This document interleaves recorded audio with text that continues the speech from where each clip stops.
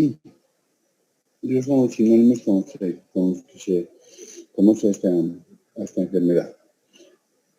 Como ustedes sabrán, recordarán, esta es una enfermedad que se denunció por primera vez en Bolivia ya en 1959, ¿no es cierto? Y donde se produjo un brote epidémico en el noreste boliviano, en el departamento del Beni, en la localidad de San Joaquín, es decir, casos nuevos y defunciones. Ahora, aparte de esta localización que fue la primera en Bolivia, en 1994 se ha llegado a observar la presencia también de la enfermedad en otras regiones del país. En 1994 se ha podido evidenciar que se presentó un brote epidémico de fiebre hemorrágica boliviana o tifus negro en la localidad, en el departamento de Cochabamba, en Chapare, ¿no es cierto?, donde se vio que, además de eso, se vio que afectó a una familia íntegra de 7 personas, ¿no?, con una elevada tasa de letalidad.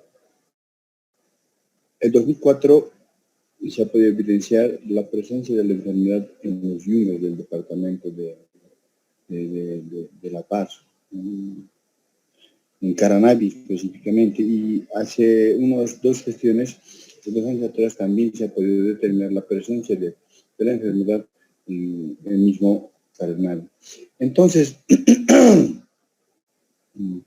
esta fiebre de San Joaquín, entonces, se está diseminando, ¿no es cierto?, ya casi por todo el territorio. Como ustedes verán, desde el punto de vista geográfico, las enfermedades tienen una distribución y generalmente se distribuyen en climas tropicales o subtropicales, ¿no? La mayor incidencia de esta enfermedad está entre los meses de abril y julio, ¿no? Y ese mes interino. Ahora, como en toda una enfermedad considerada como antropozoonosis, ¿no es cierto?, tenemos que considerar en esta enfermedad que existe un agente etiológico de la enfermedad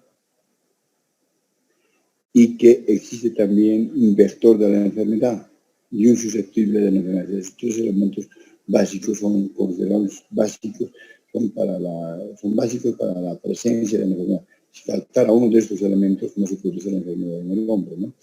Esto en sentido genérico. ¿Cómo se define la enfermedad del tifus negro o fiebre hemorrágica boliviana?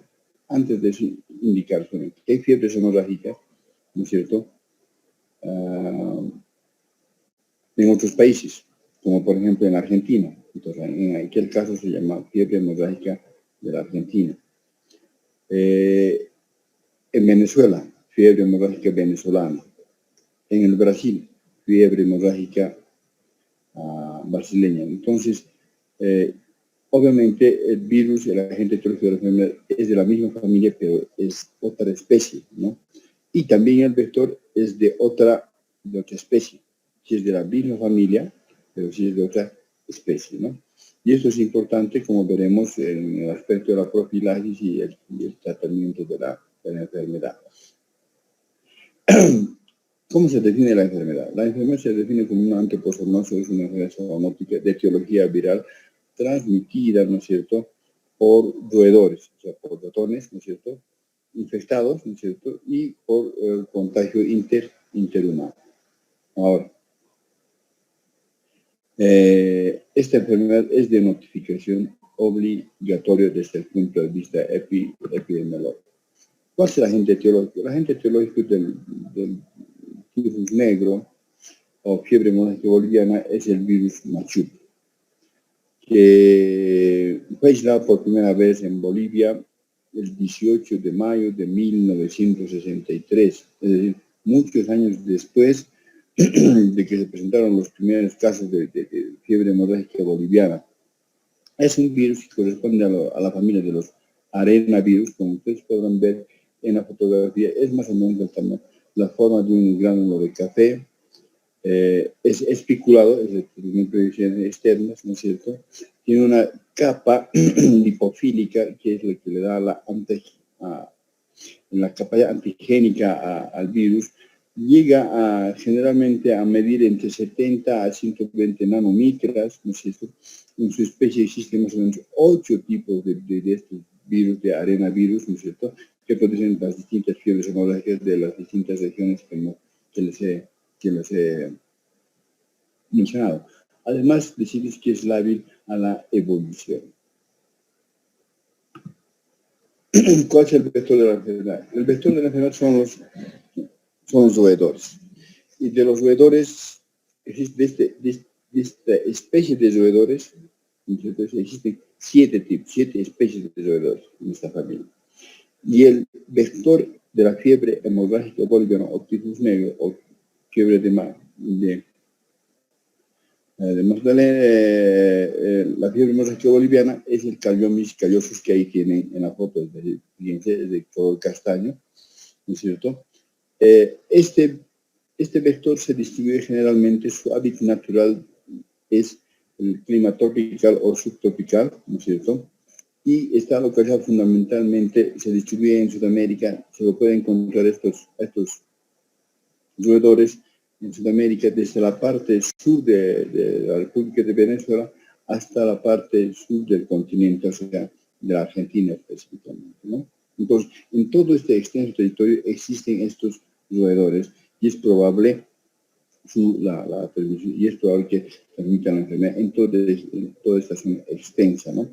Ahora, sobre el origen de este vector se dice mucho, ¿no? Por ejemplo, si revisamos un poco de historia, que muy probablemente esta enfermedad haya migrado de la zona en la época glacial neopalolítica, es posible decir que estos roedores se hayan extendido desde la parte andina hacia la parte oriental, es decir, que durante el Incario, ¿no es cierto?, es posible que esta enfermedad ya haya existido, pero en la zona andina, ¿no? De acá se ha diseminado, ¿no es cierto?, hacia el oriente boliviano.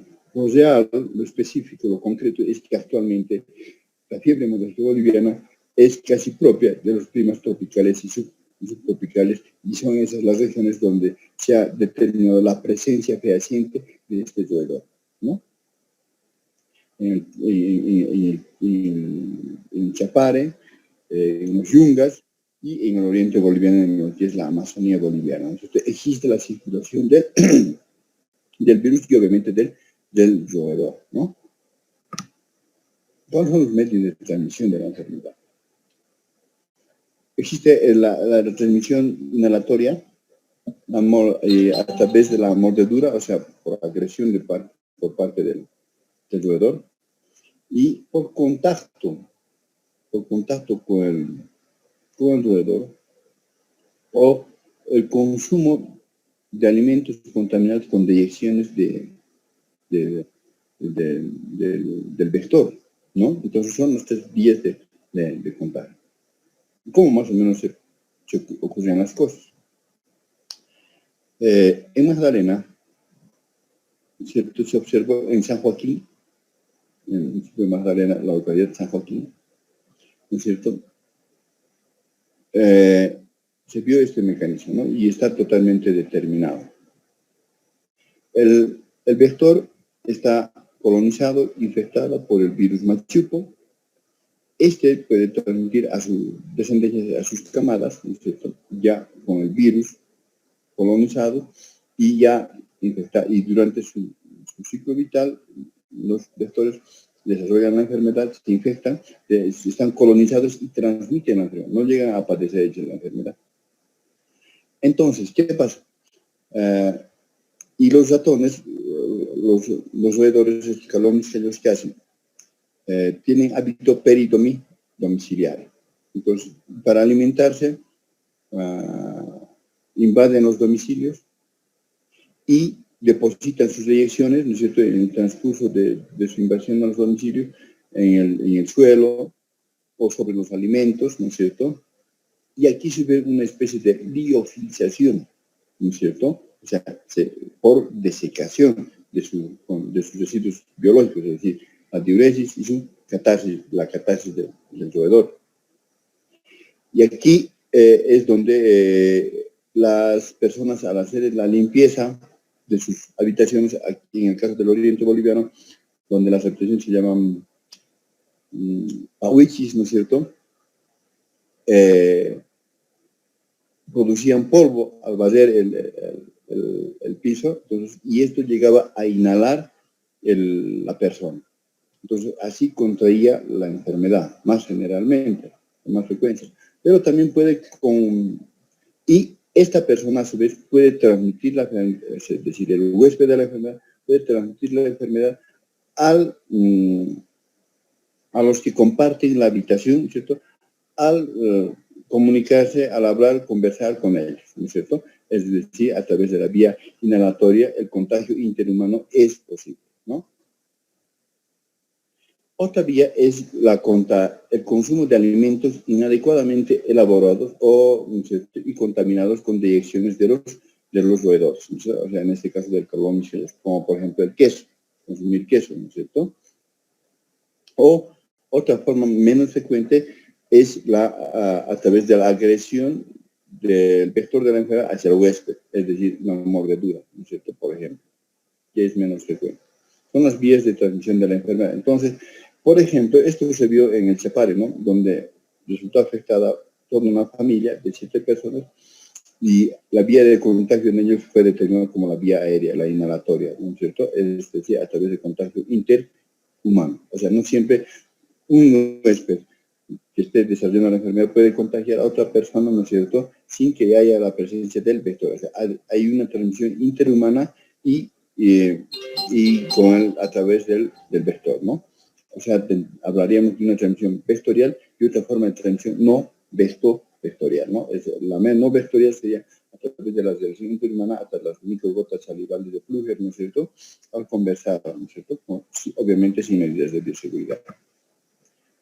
¿Cuál es el ritmo, la patogenia que sigue? Una vez que uno ha adquirido el virus, ha sido colonizado por el virus, ¿no es cierto?, sigue un periodo de toxicidad. Y esto generalmente se produce en el aparato respiratorio y el organismo produce, como consecuencia de esto, un incremento en la producción de citoquinas. Entre las citoquinas que más relevancia tienen en la producción de esta enfermedad es el incremento del interferón alfa, por lo cual va a producir una cascada de mecanismos inflamatorios, ¿no es cierto?, donde van a producir la alteración de la permeabilidad vascular y desarrollar todo el ciclo y todas las signos sintomatología de la enfermedad. Pero es importante indicar que estos pacientes no llegan a evolucionar con coagulación intravascular diseminada, que es lo que quiere decir. O sea, no desarrollan coagulación intravascular diseminada. Ahora, estos pacientes así, así determinados, ¿no es cierto?, tenemos que referirnos a cuáles son las manifestaciones clínicas que el paciente refiere o qué manifestaciones clínicas llega a padecer el paciente con fiebre hemorrágica boliviana o fiebre de San Joaquín o tifus negro. De decirles que esta enfermedad tiene un periodo de incubación aproximadamente de 1 a 2 semanas, ¿no es cierto?, donde se caracteriza por ser totalmente oligosintomática este periodo de incubación. Luego sigue un periodo de estado, ¿no es cierto?,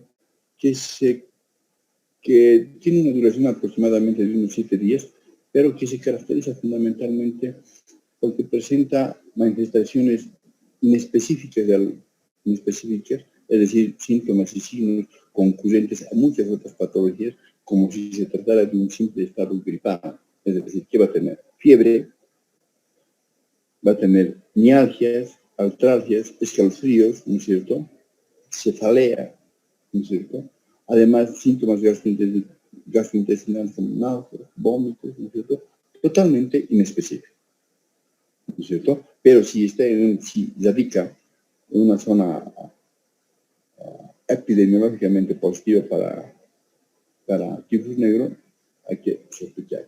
Recién Esa sería una primera fase de este periodo de estado. Y en una segunda fase de este periodo de estado empieza ya sintomatología, empiezan a hacer eflorescencia, signos, sintomatología más específica de la enfermedad. Como por ejemplo, que el paciente llega a presentar RATS cutáneo, morbiliforme, ¿no es cierto?, bastante pruriginoso y que fundamentalmente se presenta o se localiza esto en la parte facial de la superficie corporal del paciente y en el tórax, ¿no es cierto? Es pruriginoso. Muchas veces llega a ser microhemorrágico, es decir, petequial. Además, se acompaña esta erupción cutáneo microhemorrágica, en realidad, se llega a acompañar de manifestaciones oculares como la conjuntivitis, ¿no? Es decir, prurito, edema palpebral, es decir, blefaritis, ¿no es cierto? Epífora, o sea, lagrimeo, ¿no es cierto? ¿No es cierto? Además de lesiones enantemáticas en las fauces, ¿ya? Lesiones enantemáticas en las fauces, es decir, el paciente también podrá tener odinofagia o disfagia. Ahora, este cutáneo también se acompaña de un gran síntoma, que es el edema facial y en el tórax. No solamente es el DAX cutáneo, micropapular, microhemorrágico, sino también es el edema facial y el edema en el tórax. Ya en una fase más avanzada de esta segunda etapa del periodo de estado, ¿no es cierto?, el paciente, cuando no evoluciona favorablemente, ¿no es cierto?, empieza por presentar manifestaciones neurológicas caracterizadas por movimientos involuntarios, entre comillas, temblores, ¿no es cierto?, incoordinación de estos movimientos, es decir, son movimientos más o menos ateróxicos, delirios, es decir, alteración de la esfera psicológica, cognitiva, convulsiones y finalmente estado de coma. También en este estadio de la enfermedad, el paciente suele presentar manifestaciones hemorrágicas, espontáneas, caracterizadas por petequias, equimosis, ¿no es cierto?, epistaxis, gingivorragias, melenas, hemoctoicos, ¿no es cierto?, donde muchas veces es la causa de defunción del paciente, ¿no es cierto?, por un shock hipovolémico, ¿no es cierto? En estas condiciones de evolución del paciente, la letalidad, la mortalidad de la enfermedad es altísima. Se estima que es actualmente entre el 15 al 30%. En aquel entonces, cuando se producía la fiebre hemorrágica de San Joaquín, la mortalidad era aproximadamente hasta de un 50-70%. Es decir, la mayoría, casi todos llegaban a orbitar. Ahora, en este estado de cosas, tenemos que determinar con qué tipo de paciente estamos, ante qué tipo de paciente estamos, ¿no? Entonces, y tenemos que definir si es un caso sospechoso, probable o confirmado. Y decimos que estamos frente a un caso sospechoso de fiebre hemorrágica boliviana o fiebre de San Joaquín o tifus negro, ¿no es cierto?, cuando el paciente presenta manifestaciones, ¿no es cierto?, clínicas de fiebre hemorrágica boliviana. Y estamos frente a un caso probable cuando el paciente cumple o presenta manifestaciones clínicas, además tiene antecedentes epidemiológicos. ¿Qué antecedentes epidemiológicos? Como por ejemplo radicar o morar en una región geográfica donde se ha demostrado la circulación del virus y la existencia del vector de la enfermedad, el calomis calloso, ¿no es cierto?, o la presencia de casos previos, ¿no es cierto?, similares al que está padeciendo el paciente, o sea, casos o personas con manifestación de fiebre hemorrágica similar, ¿no es cierto?, y que una persona haya tenido contacto con aquel. Caso confirmado, aquella persona que tiene manifestaciones clínicas, ¿no es cierto?, y diagnóstico confirmatorio laboratorial. Eso es un caso confirmado de fiebre hemorrágica de San Joaquín o tifus negro, ¿no es cierto? Entonces, consiguientemente, el diagnóstico, como ustedes verán, está basado en tres pilares fundamentales. Uno es el pilar clínico, otro, el base fundamental para el diagnóstico es el epidemiológico y finalmente el diagnóstico confirmatorio, que es el laboratorial, exámenes complementarios. Los exámenes complementarios vamos a dividir siempre en generales y en específicos, ¿no es cierto? Clínicos, ¿no es cierto? ¿Qué vamos a hacer? Vamos a llegar solamente a través de la impresión diagnóstica clínica, vamos a llegar a través de qué? De la captación de los síntomas, ¿no es cierto? Síntomas y signos de la enfermedad que hemos manifestado en las manifestaciones clínicas de la enfermedad. Y epidemiológico a través de los antecedentes del paciente. Es decir, la distribución geográfica de las enfermedades. Por ejemplo, la procedencia del paciente, la residencia del paciente, la existencia de casos previos similares a los del paciente, ¿no es cierto? Es decir, si el paciente es contacto o sospechoso de la enfermedad, ¿no es cierto? Esas dos bases para el diagnóstico, pilares para el diagnóstico, se recogen a través de ¿qué? De la elaboración de la historia clínica. Y finalmente, un paciente que tenga epidemiología positiva o manifestaciones clínicas positivas para fiebre hemorrágica o fiebre de San Joaquín, ¿no es cierto? Se les realizará que pruebas confirmatorias. Y eso se realiza a través de exámenes complementarios. Y los exámenes complementarios, como les dije, los vamos a clasificar en exámenes complementarios generales y los específicos. Y los generales será el hemograma completo, ¿no es cierto? Donde podemos ver donde podemos ver en una primera etapa que es hemoconcentración, como consecuencia de que el paciente está perdiendo bastante líquido y no está respondiendo adecuadamente. ¿Por qué?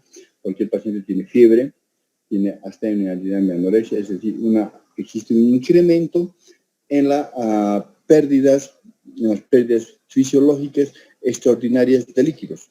Además que la ingesta de líquidos se ve reducida porque el paciente tiene náuseas, vómitos, además existe anorexia, adinamia, ¿no es cierto? Entonces, todo aquello repercute en el estado hemodinámico del paciente. Existe una primera etapa hemoconcentración y una BSG acelerada, además de leucocitosis con linfocitosis, ¿no?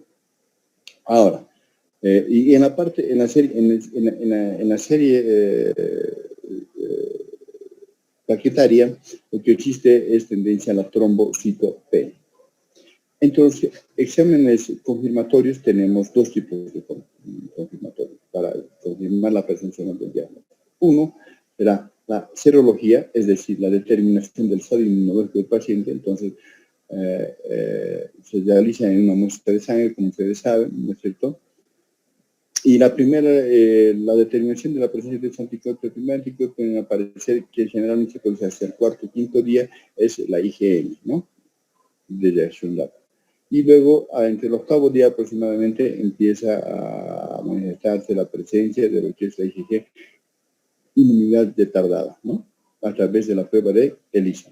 Y finalmente tenemos el examen de más alta especificidad, ¿no es cierto? Y sensibilidad, que es las pruebas moleculares, que es la solicitud de la reacción en cadena de la polimerasa en tiempo real.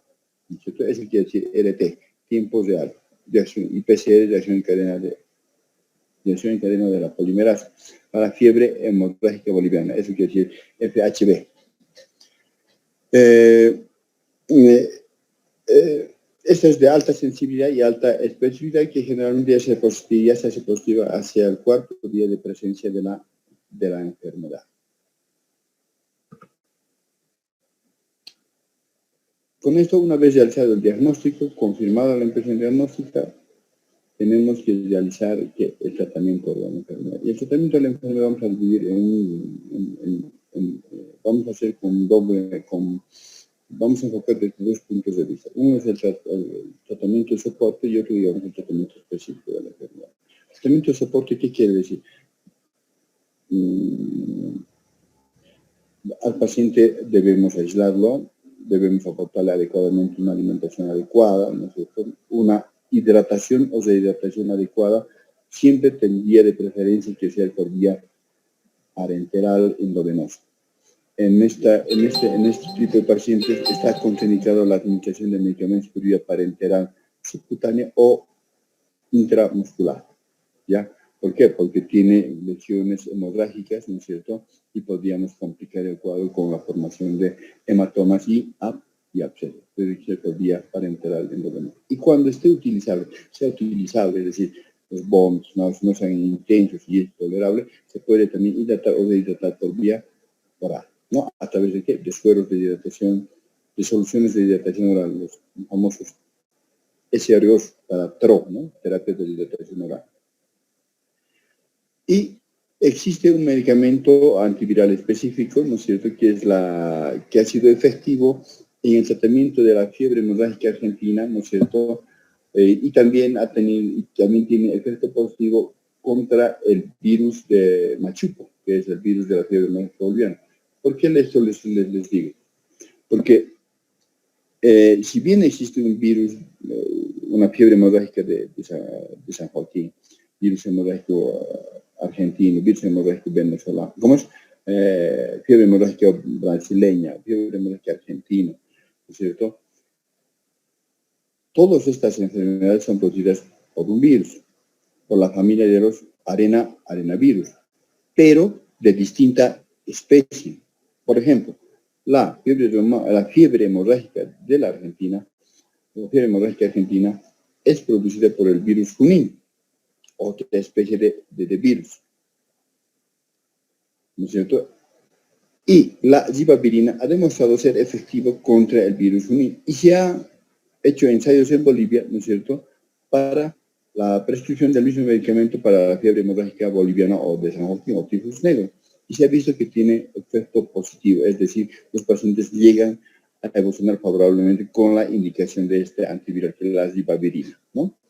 Y este tratamiento con ribavirina se divide en 3 fases. Una primera fase donde el paciente debe recibir 2 gramos intravenoso, ¿no es cierto?, por día, ¿no es cierto?, seguido, ¿no es cierto?, eso durante los 2 primeros días, y luego seguido por la misma medicamento, es decir, la ribavirina, a una dosis de 1 gramo intravenoso cada 6 horas.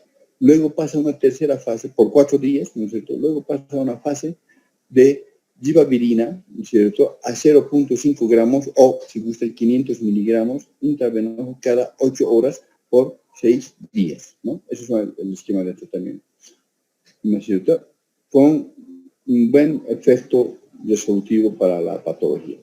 Ahora, otro ensayo que se ha hecho es la nutrición de plasma hiperinmune, que también es un ensayo argentino, ¿no?, pero que también ha dado buenos resultados en el tratamiento de la fiebre hemorrágica boliviana. Y se recomienda la administración de 3.000 a 4.000 unidades terapéuticas de plasma hiperinmune, ¿no es cierto?, por kilogramo peso, ¿no es cierto?, siempre y cuando el paciente esté dentro de los primeros 8 días de evolución de la enfermedad. Pero una manera más sencilla de dosificar este plasma siempre es por ml por kilogramo de peso. Y una dosis adecuada es de 10 a 15 ml por kilogramo de peso para un paciente que requiera plasma. Esto es también válido, esa dosis para el coronavirus, ¿no? 10 a 15 ml por kilogramo de peso. 2, ¿no? A pesar de estos tratamientos, la tasa de mortalidad continúa, pero es menor. Entonces, con estos esquemas de tratamiento, la tasa de mortalidad se logra reducir a un 8 a 10% de letalidad, ¿no?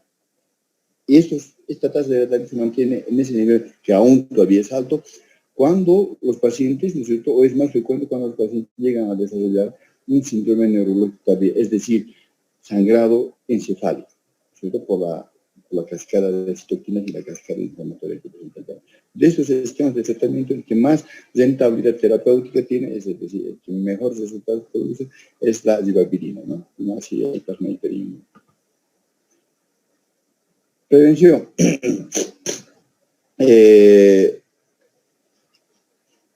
Perdón. Entonces, tenemos que la prevención es, sin duda, es el mecanismo, es el método, la técnica más importante en salud pública, ¿no? Ya recuerden, jóvenes, que es preferible vacunar a tratar. Es preferible prevenir a diagnosticar. Entonces, la prevención es el elemento fundamental para evitar enfermedades infecto-contagiosas, ¿no? Y ese es el gran mensaje que deja esta pandemia del coronavirus, ¿no? O sea, educación. Educación. Si uno no es educado, por lo menos tiene que ser obediente, ¿no? O sea, mínimamente. Entonces, ¿qué tenemos que hacer? Evitar exponernos al virus, ¿no? Es decir, hay un caso sospechoso o confirmado de fiebre hemorrágica boliviana tifus negro o fiebre de San Joaquín. ¿Qué tenemos que hacer? Aislar al paciente para no exponer, limitar la diseminación de la enfermedad. Dos, tenemos que actuar contra el vector. O sea, control de roedores. Y esto es lo que ocurrió en San Joaquín en 1959. ¿Cómo pasó? Que, como ustedes comprenderán, es una patología más frecuente en climas cálidos, tóxidos, o sea, tropicales y húmedos, ¿cierto? Allá existen otras enfermedades que circulan epidemiológicamente y Bolivia, por ejemplo, generalmente está en un estado de pandemia. ¿De qué enfermedad será? La malaria. La enfermedad transmitida por el mosquito Anopheles hembra, ¿no es cierto?, cuyo agente etiológico es los plasmodium, puede ser viva, malaria, gale o falciparum. Entonces, aquella enfermedad también mora por aquella región, porque existe el virus y existe el vector de la enfermedad. Y por motivos de control de la malaria, el Ministerio de Salud había acudido ¿a qué? A erradicar al vector de la enfermedad del paludismo, que es el mosquito anófilo. Y para ello, ¿qué ha hecho? La fumigación masiva en la región, ¿no es cierto?, con DDT. Pero al realizar esto, ¿qué pasó? Que el DDT es una sustancia muy tóxica y terminó por acabar con la población felina de la comunidad, de la región. O sea, ¿y quién es el principal enemigo de los roedores? Obviamente los felinos, en este caso los roedores, o los gatos, ¿no? O sea, no existían gatos en la población. Y fue en detalle que vieron los investigadores de la enfermedad, que por supuesto fueron americanos, ¿no es cierto? Esa situación, esa epidemiológica. Entonces, ¿qué hicieron? Como hicieron mapas de georreferenciación de la epidemia en San Joaquín, ¿no es cierto? Sabían en qué zonas había más casos, en qué zonas, en qué área, en qué barrios había menos casos de fiebre hemorrágica boliviana. Eso se llama georreferenciación. Lo que no tenemos en Potosí con el coronavirus, miren, y a qué tiempo de evolución estamos. O sea, por ejemplo, ahorita no sabemos cuál es la zona más, el área, la zona, el barrio, los manzanos más afectados de la ciudad de Potosí, y fíjense a qué altura de la patología estamos. Fíjense, es una barbaridad, ¿no? Bueno, ahora hablemos de fiebre hemorrágica. Ya. Entonces hicieron aquello y terminaron por distribuir, o sea, entregar felinos, gatos, y con aquello que hicieron, se comunicaron con Rotary Club La Paz, de La Paz, ¿no es cierto? Y las damas voluntarias de Rotary de La Paz, Rotary Club La Paz, enviaron 153 o 160 gatos y los distribuyeron por las zonas más afectadas y vieron cómo finalmente se logró controlar la enfermedad, ¿no? En el lapso de 6 meses hasta un año, ¿no? Y finalmente terminaron con la presencia de casos positivos de fiebre hemorrágica o fiebre de San Joaquín, ¿no? Entonces, control de roedores, ¿no? Fundamentalmente, ¿no? Luego tenemos la vacuna. Esta vacuna también es empleada para prevenir fiebre hemorrágica argentina, es que es producida por el virus Junín, ¿no? Como os dije.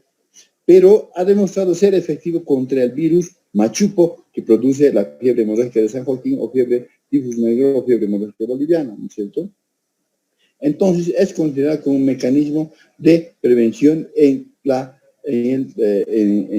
el virus, para la fiebre hemorrágica boliviana. Esta vacuna está contraindicada a las embarazadas, especialmente a las que estén cursando el primer trimestre de embarazo, los inmunodeprimidos, ¿no? Básicamente, ¿no? Y los menores de 2 años. Jóvenes, hemos terminado, no sé si tienen alguna consulta, si no tienen ninguna consulta, hubiéramos concluido con la clase. Dígame, tienen la palabra. Nada. Entonces, jóvenes, nos vemos la próxima semana en la clase. El día de mañana no vamos a pasar de clases por motivos laborales del docente. Y ya casi inmediatamente